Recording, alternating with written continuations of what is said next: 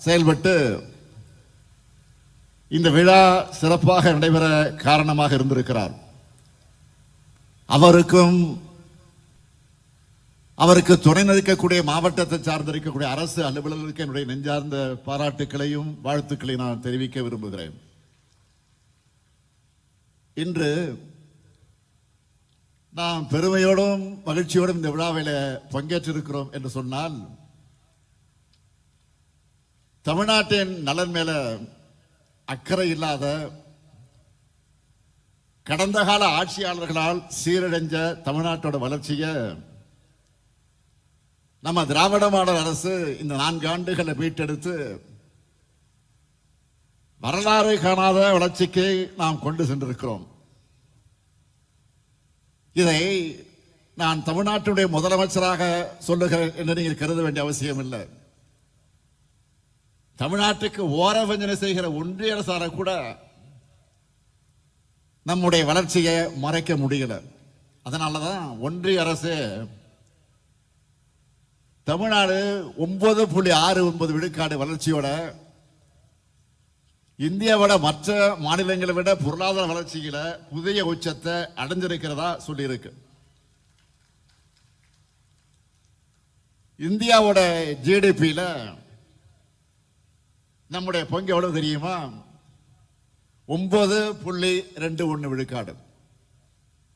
அதாவது நாட்டோட வளர்ச்சியில 110 விழுக்காடு நாம 10 விழுக்காடு கிட்ட நாம இருக்கிறோம்.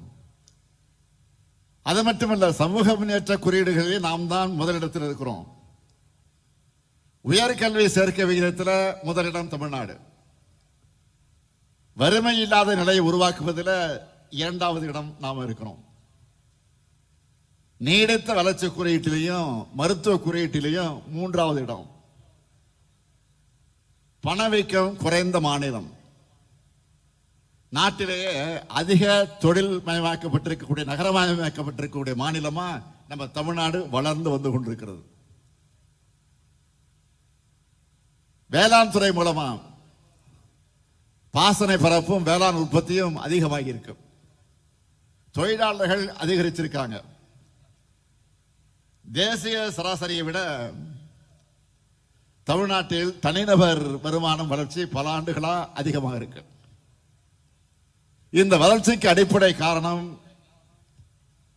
தலைநகரான சென்னையை சுத்தி மட்டும் வளர்ச்சி செய்யப்படாம தமிழ்நாட்டோட அத்தனை பகுதிகளுக்கும் தொழில் வளர்ச்சி செய்யணுங்கிற செயல்படக்கூடிய எண்ணம் தான் அதற்கு காரணமாக அமைந்திருக்கிறது.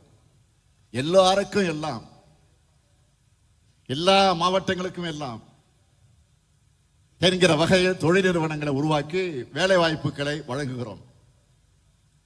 இதனால்தான் நகர பகுதிகள் மாதிரியே கிராம பகுதிகளும் வளருது. நான் கோட்டையில இருந்து கொண்டு மட்டும் பணிகளை செய்யல, தொடர்ந்து மாவட்டங்களுக்கு சுற்றுப்பயணம் மேற்கொண்டு வருகிறேன். குறைஞ்சது ஒரு மாசத்துக்கு 3 மாவட்டங்களுக்கு போகிறேன். இந்த மாசத்துல மட்டும் சேலம் மாவட்டம், தஞ்சாவூர் மாவட்டம், அடுத்து இப்போ திருப்பத்தூருக்கு வந்திருக்கிறேன். நம்ம திருப்பத்தூருக்கு திராவிட மாடல் ஆட்சியில் செய்யப்பட்டிருக்கக்கூடிய திட்டங்களை பட்டியலிட்டு சொல்லணும்னா சுருக்கமா சொல்றேன், தலைப்புச் செய்திகளாக சொல்றேன். 182 கோடி ரூபாய் மதிப்பீட்டுல திருப்பத்தூர்ல குடிநீர் திட்டம் செயல்பாட்டுக்கு வந்திருக்கு. 428 கோடி ரூபாய் மதிப்பீட்டுல சாலை மேம்பாட்டு பணிகள் நடந்திருக்கு. 14 பாலங்கள் கட்டப்பட்டிருக்கு. பள்ளிக்கூடங்கள்ல 114 அறிவியல் ஆய்வகங்களை அமைச்சிருக்கிறோம். பள்ளிகளை மேம்படுத்த 489 பணிகள் நடந்திருக்கு. அனைத்து கிராம அண்ணா மறுவழி திட்டத்தில் 100 கோடி ரூபாய் மதிப்பில் 1536 உள்கட்டமைப்பு பணிகள் நடந்திருக்கு. 211 கோயில்களுக்கு குடமுழுக்கை நடத்தி இருக்கிறோம். அது மட்டுமல்ல, தொடர்ச்சியா முக்கியமா நாற்றாம்பள்ளி வட்டத்தில் 125 ஏக்கர் பரப்பளவில் 250 கோடி ரூபாய் மதிப்பீட்டில் 2500 வேலை வாய்ப்புகளை வழங்கக்கூடிய தோல் அல்லாத காலணி உற்பத்தி பூங்கா அமைக்கப்பட இருக்கு. திருப்பத்தூர், வாணியம்பாடி மற்றும் ஆம்பூர்ல பணிபுரியக்கூடிய பெண்களுக்கான விடுதிகள் அமையவிருக்கு. 15 கோடி ரூபாய் மதிப்பீட்டில் விளையாட்டு வளாகம் அமைக்கிற பணிகள் நடந்து கொண்டிருக்கிறது. ஏலகிரி மலையில் 15 கோடி ரூபாய் மதிப்பீட்டில் சுற்றுச்சாலை மேம்படுத்தப்பட இருக்கு. ஏலகிரி சுற்றுலா வசதிக்காக 10 கோடி ரூபாய் ஒதுக்கப்பட்டிருப்பதோடு ஒன்றிய சாலைகள் மாவட்ட சாலைகளாக தரம் உயர்த்தப்பட இருக்கு. இப்படி ஏராளமான பணிகளும் திட்டங்களும் நம்ம திருப்பத்தூருக்கு செய்யப்பட இருக்கு, செஞ்சுக்கிட்டு இருக்கிறோம். அது மட்டுமல்ல, திராவிட மாடல் அரசுடைய முத்துரை திட்டங்கள்னு பல இருக்கு. அதில் இந்த திருப்பத்தூர் மாவட்டத்தில் மட்டும் பயனடைவங்க விவரத்தை தலைப்புச் செய்தியா சொல்றேன்.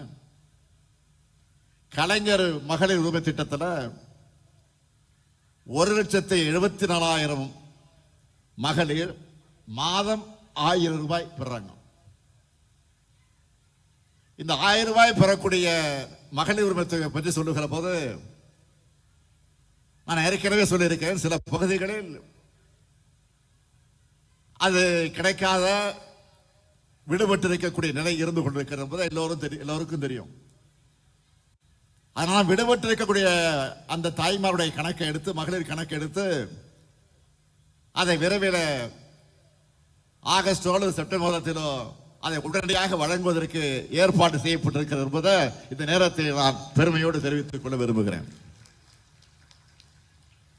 அதேவேளை முதலமைச்சருடைய காலை உணவு திட்டத்தில் 42,000 மாணவர்கள் சத்தான உணவை சூடா சுவையா சாப்பிடுறாங்க. 7,000 மாணவிகளுக்கு புதுமை பெண் திட்டத்தில் மாதந்தோறும் 1000 ரூபாய் வழங்கப்படுகிறது. 5,000 மாணவர்களுக்கு தமிழ் புதல் திட்டத்தில் மாதந்தோறும் 1000 ரூபாய் வழங்கப்படுகிறது. மக்களை தேடி மருத்துவ திட்டத்தில் 4,41,000 பேர் பயனடைந்து கொண்டிருக்காங்க. 20,000 பேருக்கு நகைக்கடன் தள்ளுபடி செய்யப்பட்டிருக்கு. கலைஞரின் அனைத்து கிராம ஒருங்கிணைந்த வளர்ச்சி திட்டத்தின் கீழ் 94,000 விவசாயிகள் பயனடைந்திருக்காங்க. 3,45,000 பெண்களுக்கு சுயஉதவி குழு கடனாக 1,754 கோடி ரூபாய் தரப்பட்டிருக்கு. 7,000 பேருக்கு வீடு தரப்பட்டுள்ளது. 1,041 குழந்தைகளுக்கு பெண் குழந்தைகள் பாதுகாப்பு திட்ட நிதி வழங்கப்பட்டிருக்கு. 30,000 கர்ப்பிணி பெண்களுக்கு நிதி உதவி வழங்கப்பட்டிருக்கு. 1,036 குழந்தைகளுக்கு ஊட்டச்சத்து வழங்கப்பட்டிருக்கு. 41,000 மாணவ மாணவியருக்கு சைக்கிள் வழங்கப்பட்டிருக்கு. 2,000 மாற்றுத்திறனாளிகளுக்கு தேவையான கருவிகள் வழங்கப்பட்டிருக்கு. அமைப்பு சாரா தொழிலாளர்கள் 88,000 பேர் பல்வேறு நிதி உதவிகளை பெற்றிருக்கிறாங்க. 19 திருநங்கையருக்கு தொழில் தொடங்க உதவி செய்யப்பட்டிருக்கு. 18,000 பழங்குடியினருக்கு எஸ்டி சான்றிதழ் தரப்பட்டிருக்கு. அம்பேத்கர் தொழில் முன்னோடிகள் திட்டத்தில் 56 பேருக்கு மானியத்துடன் கடன் உதவி தரப்பட்டிருக்கு.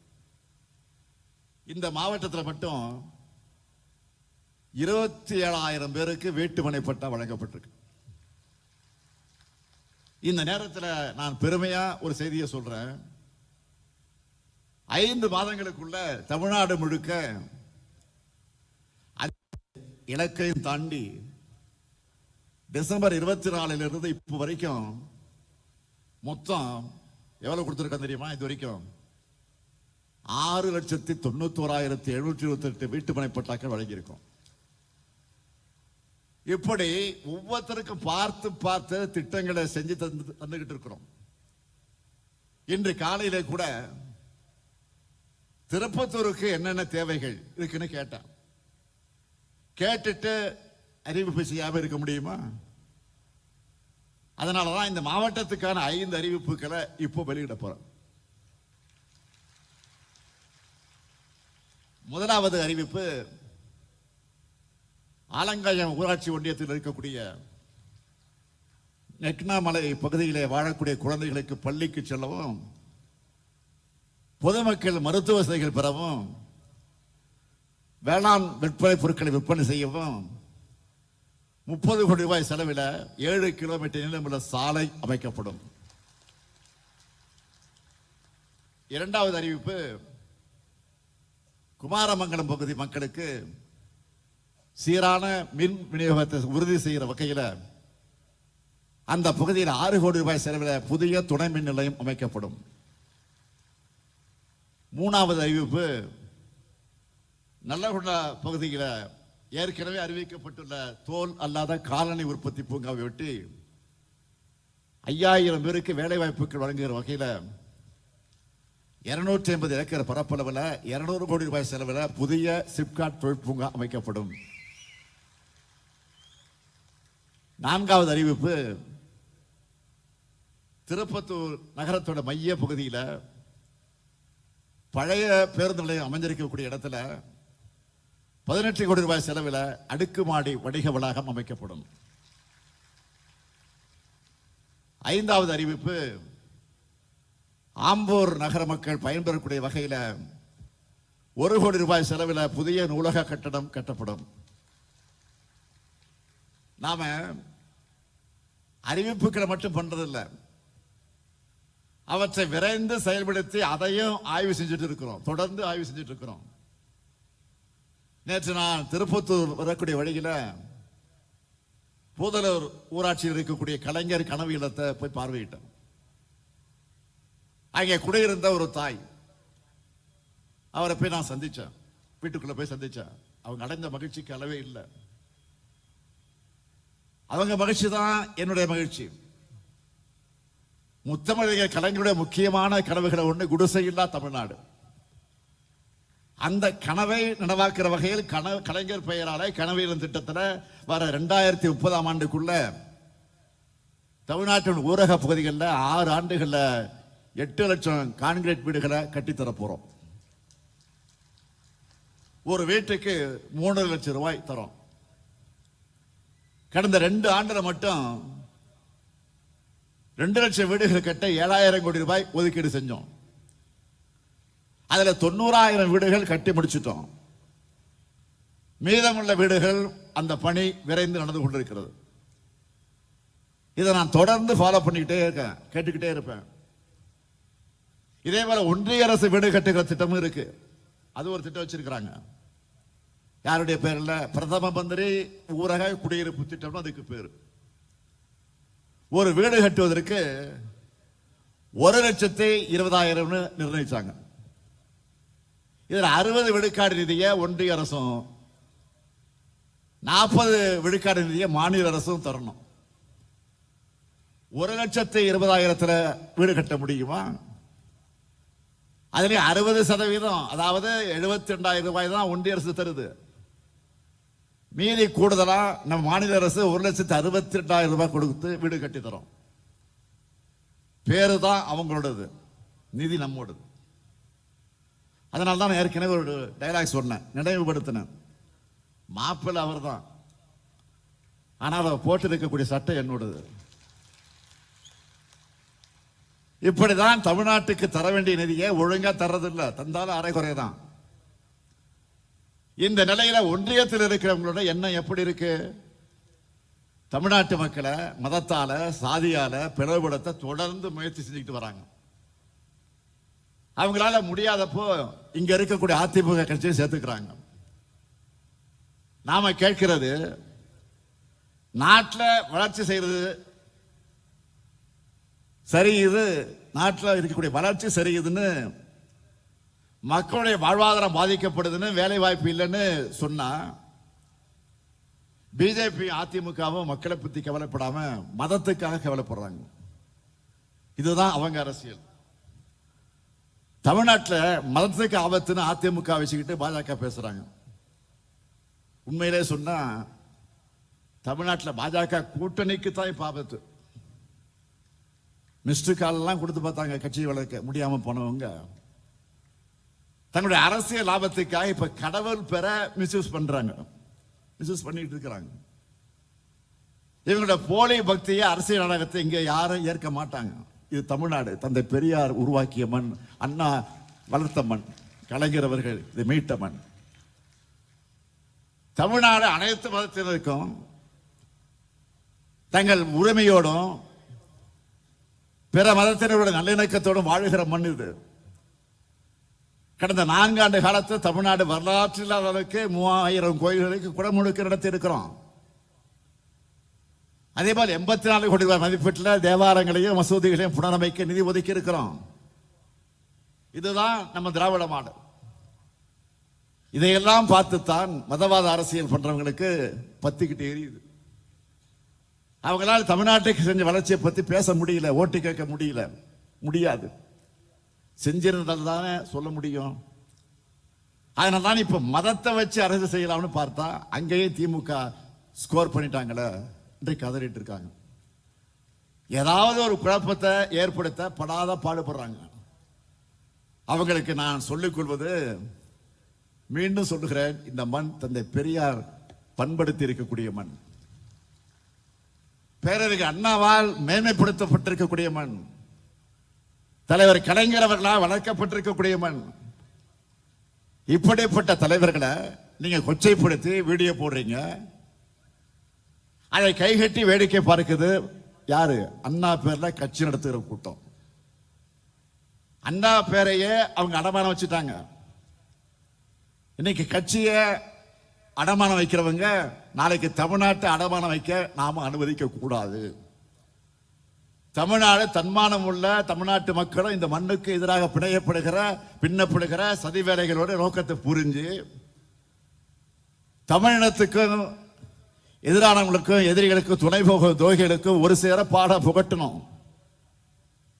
உங்களுக்கு அரணாக என்றைக்கும் இருக்கக்கூடிய திராவிட முன்னேற்ற கழகம், இந்த முத்துவேல், கருணாநிதி, ஸ்டாலின் எப்பொழுதும் இருப்போம். அதேபோல் நீங்களும் என்றைக்கும் எங்களுக்கு துணையாக இருக்கணும் என்று கேட்டு விடைபெறுகிறேன். நன்றி, வணக்கம்.